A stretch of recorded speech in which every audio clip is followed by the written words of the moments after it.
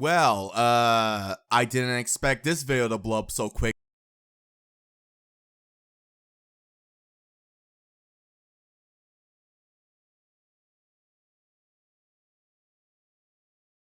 Feedback is pretty warming to me. Your support really means a lot to me. Anyways, on to the main topic at hand, the Gmod iceberg. Again, I said in the last video that it was very possible that I got some stuff wrong, and sure enough, I did. So in this video, I'm going to be addressing the few entries that I was either wrong on or missed keynotes on. I'll also be covering several topics that did not make it onto the iceberg later in the video. You are free to skip ahead if you're more interested in that. Also, shoutouts to the creator of the iceberg, TyID, as they left a comment on my previous video clarifying some of the entries. Anyways, let's begin.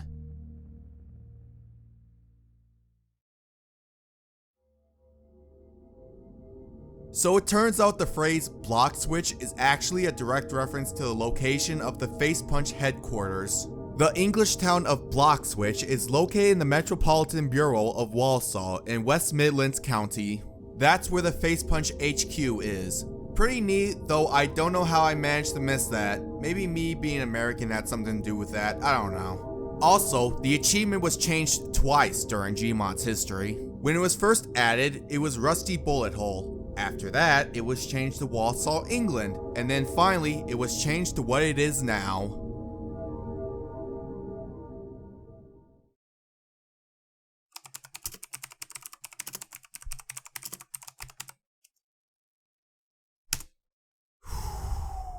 Okay guys, I messed up big time. I've made a lot of mistakes in the past, but this is by far the worst mistake I've ever made.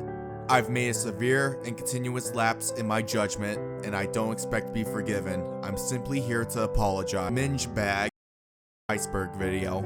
I'm sorry to every Gmod player, and to everyone in the UK. I don't expect to be forgiven. Talk about minge bag in my previous context of Gmod, though it is an actual slang in the UK. According to the definition of minge, take the bag out of minge bag though, then it will refer to January 2005.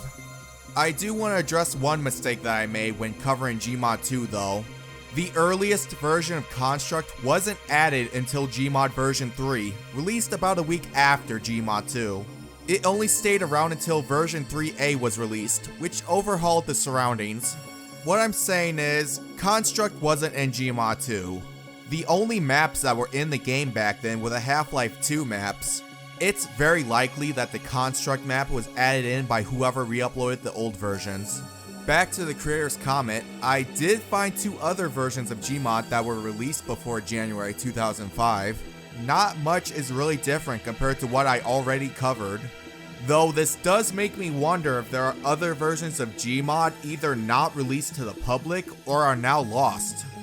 So over time, my opinion on the G-Man virus has changed from thinking it's a hoax to thinking it's very likely real. Let me explain. This comment by Sammy Whammy detailed their experience with the G-Man virus when they were a kid. Before this point, almost every post that I could find about the G-Man virus was the same copy pasta, barely unique from each other. So to see someone go into detail with their experience with the virus did get me interested again. They even listed off a possible add-on that could have caused the virus. So I searched again, and even though I still didn't find any screen caps or videos of the virus in action, I did gather some more information on it. Before we get to more of the specifics, I want to go back to the Facepunch forums for a second. So yes, most of the threads revolving around the G-Man virus were not archived. However, there is an archive of the main Garry's Mod discussion page that was created around the time when the virus was spreading. Archived on August 2nd, 2009 to be exact. I was able to find the titles of 3 or 4 threads discussing the G-Man virus, as well as how many replies or views are received. This thread from Sass Sharky received the most replies and views. While I still wasn't able to get into the threads themselves, since they weren't archived, this did give me some good insight to how widespread it was. Now onto the G-Man virus itself. I was able to find 2 old Steam announcement pages that go into specifics on the virus.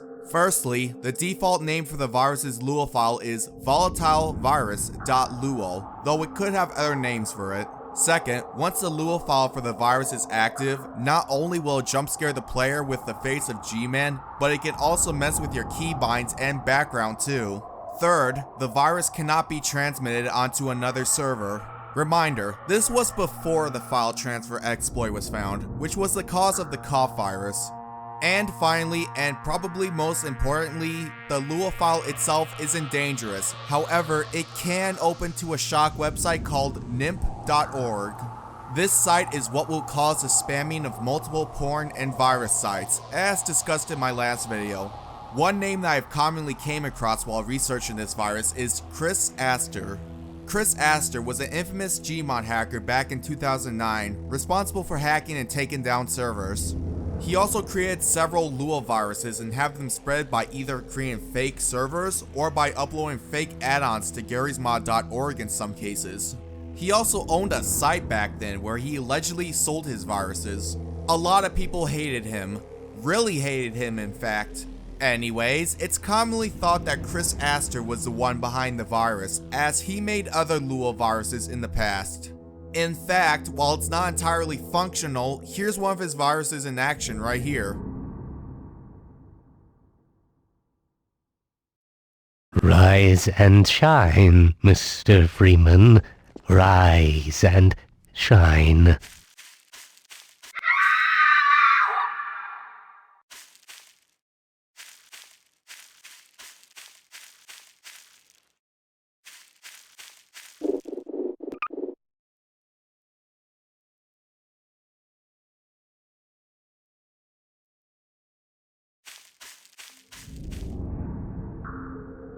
I think it's likely Chris Astor given the circumstances, though there were two other names that have popped up while researching.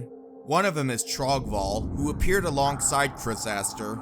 Though according to this reply, Trogval was allegedly a hijacked account. Another name that has popped up when I asked around on the Facepunch forum is Begotten, a group of exploiters. That's all I know about these two though, as when I tried searching them up on Google, I found nothing. And that's it for the Gman virus. Again, I will say I was wrong for assuming that was a hoax too quickly, though despite that, we still don't have a full picture of it. The original Lua file for the virus is likely lost now, but if one of you somehow still has it, then let me know how it works exactly. Heck, I'll even try it out myself if you're willing to share it. I just want to quickly address this one since a lot of people are commenting this in the previous iceberg video. Yes, there is a port of the Escape the Box minigame on the workshop, though now it doesn't work. You can't break any boxes, so you're pretty much just trapped in there, unable to do anything except press Z.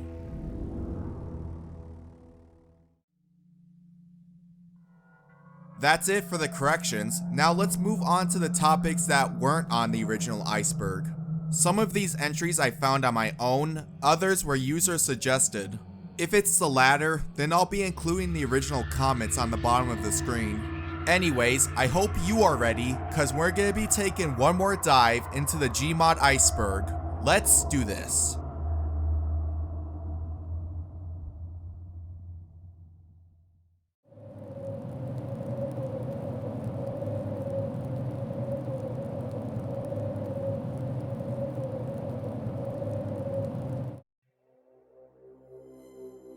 FNAF saves.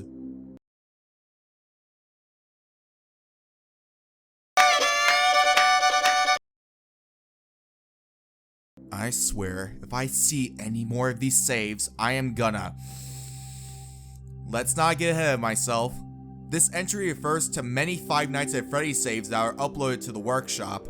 It would be understandable if it was a somewhat short fad back in 2014 to 2015, but no, these are still being uploaded today.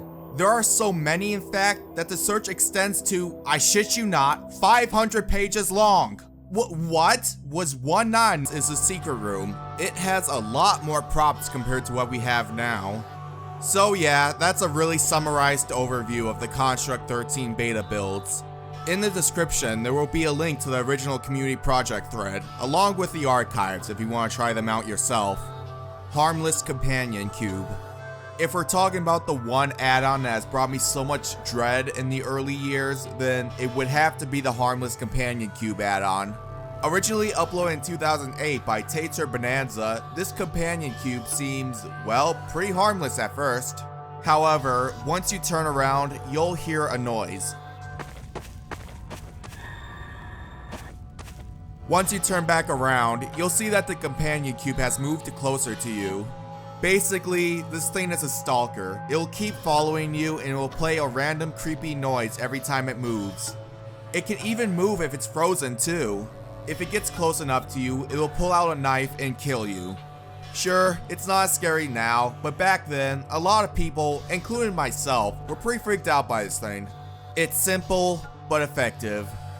Gmod 13 Hotels. Gmod 13 Hotels is a sandbox and roleplay hybrid map of 2 skyscrapers, made by Dragon Man, or now known as Sky Captain. These skyscrapers are so high in fact that you can't even see the ground. Both towers serve a different purpose. One tower houses the hotel itself, with all the necessities needed. It also has a prison complex. You know, just like every other hotel. The other tower is more of an office complex for working and such. Not much going on here, but it does have a pool, which is pretty alright. It's also suggested that both towers are under Combine control, since the technology they use is all here. Now, both of these towers are hiding pretty creepy secrets in the lower levels. In the office tower, there's an abandoned hotel floor down the elevator shaft, labeled Floor 666. All of these rooms are pretty eerie to explore, but one room that sticks out from the others is this one near the window. There is blood flowing under the door, and sobbing can be heard from the other side. It's locked, so you won't be able to enter it normally, but if you force your way in, then you'll be greeted with this lovely surprise.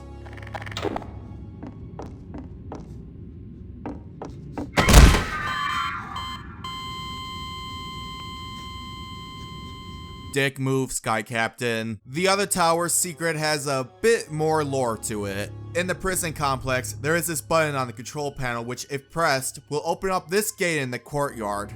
If you jump in, you'll find yourself in these dark tunnels. There is a way you can leave, but if you explore for a bit, you'll find a small opening with a wooden chair and a fire that is still lit. Breaking the boards and walking inside will grant you this piece of dialogue. It's said that a rat man lives in these tunnels somewhere.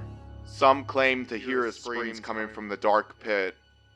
Maybe he lives down there somewhere? Going further into the tunnel, you'll find the dark pit that was mentioned in the dialogue. Underneath the platform, there is a hole in the wall. If you no-clip over to it and enter inside, you'll receive more dialogue. Ratman escaped from prison in 1994. He has been living here ever since. In this part of the underground tunnel, you'll find a makeshift room where the Ratman has been living, as well as the Ratman himself, which is a normal Half-Life 2 stalker.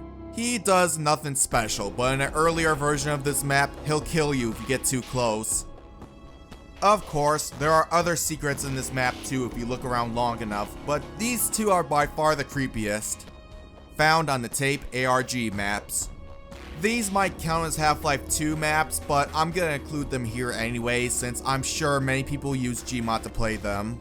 Found on the tape is a currently unsolved ARG channel that features 3 disturbing VHS videos, all uploaded in 2011. While the tapes themselves are pretty creepy, the main thing we're gonna be focusing on is the maps that were uncovered. People who investigate the channel found these maps from decoding a code wheel, converting binary code, and emailing the channel directly. The first map begins with your camera stuck to the corner of a black and white room. A Shepherd tone will also be playing in the background too. This is all the map has to offer at first, but if you manage to snap the camera back to the player's view and attempt to leave the room, you're greeted with a jump scare with the face from clip 94. If you're playing on Half-Life 2, the game would crash after that. The second map has the player crawling through a maze of vents with tense music playing in the background. During your trek through the vents, there is a very good chance that you'll come across an earth-shaken charred corpse that is flowing through the vents.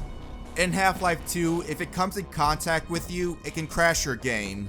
If you find a drop-off point in the vents and fall in, you'll hear a distorted scream before the screen flashes white, followed by calming music.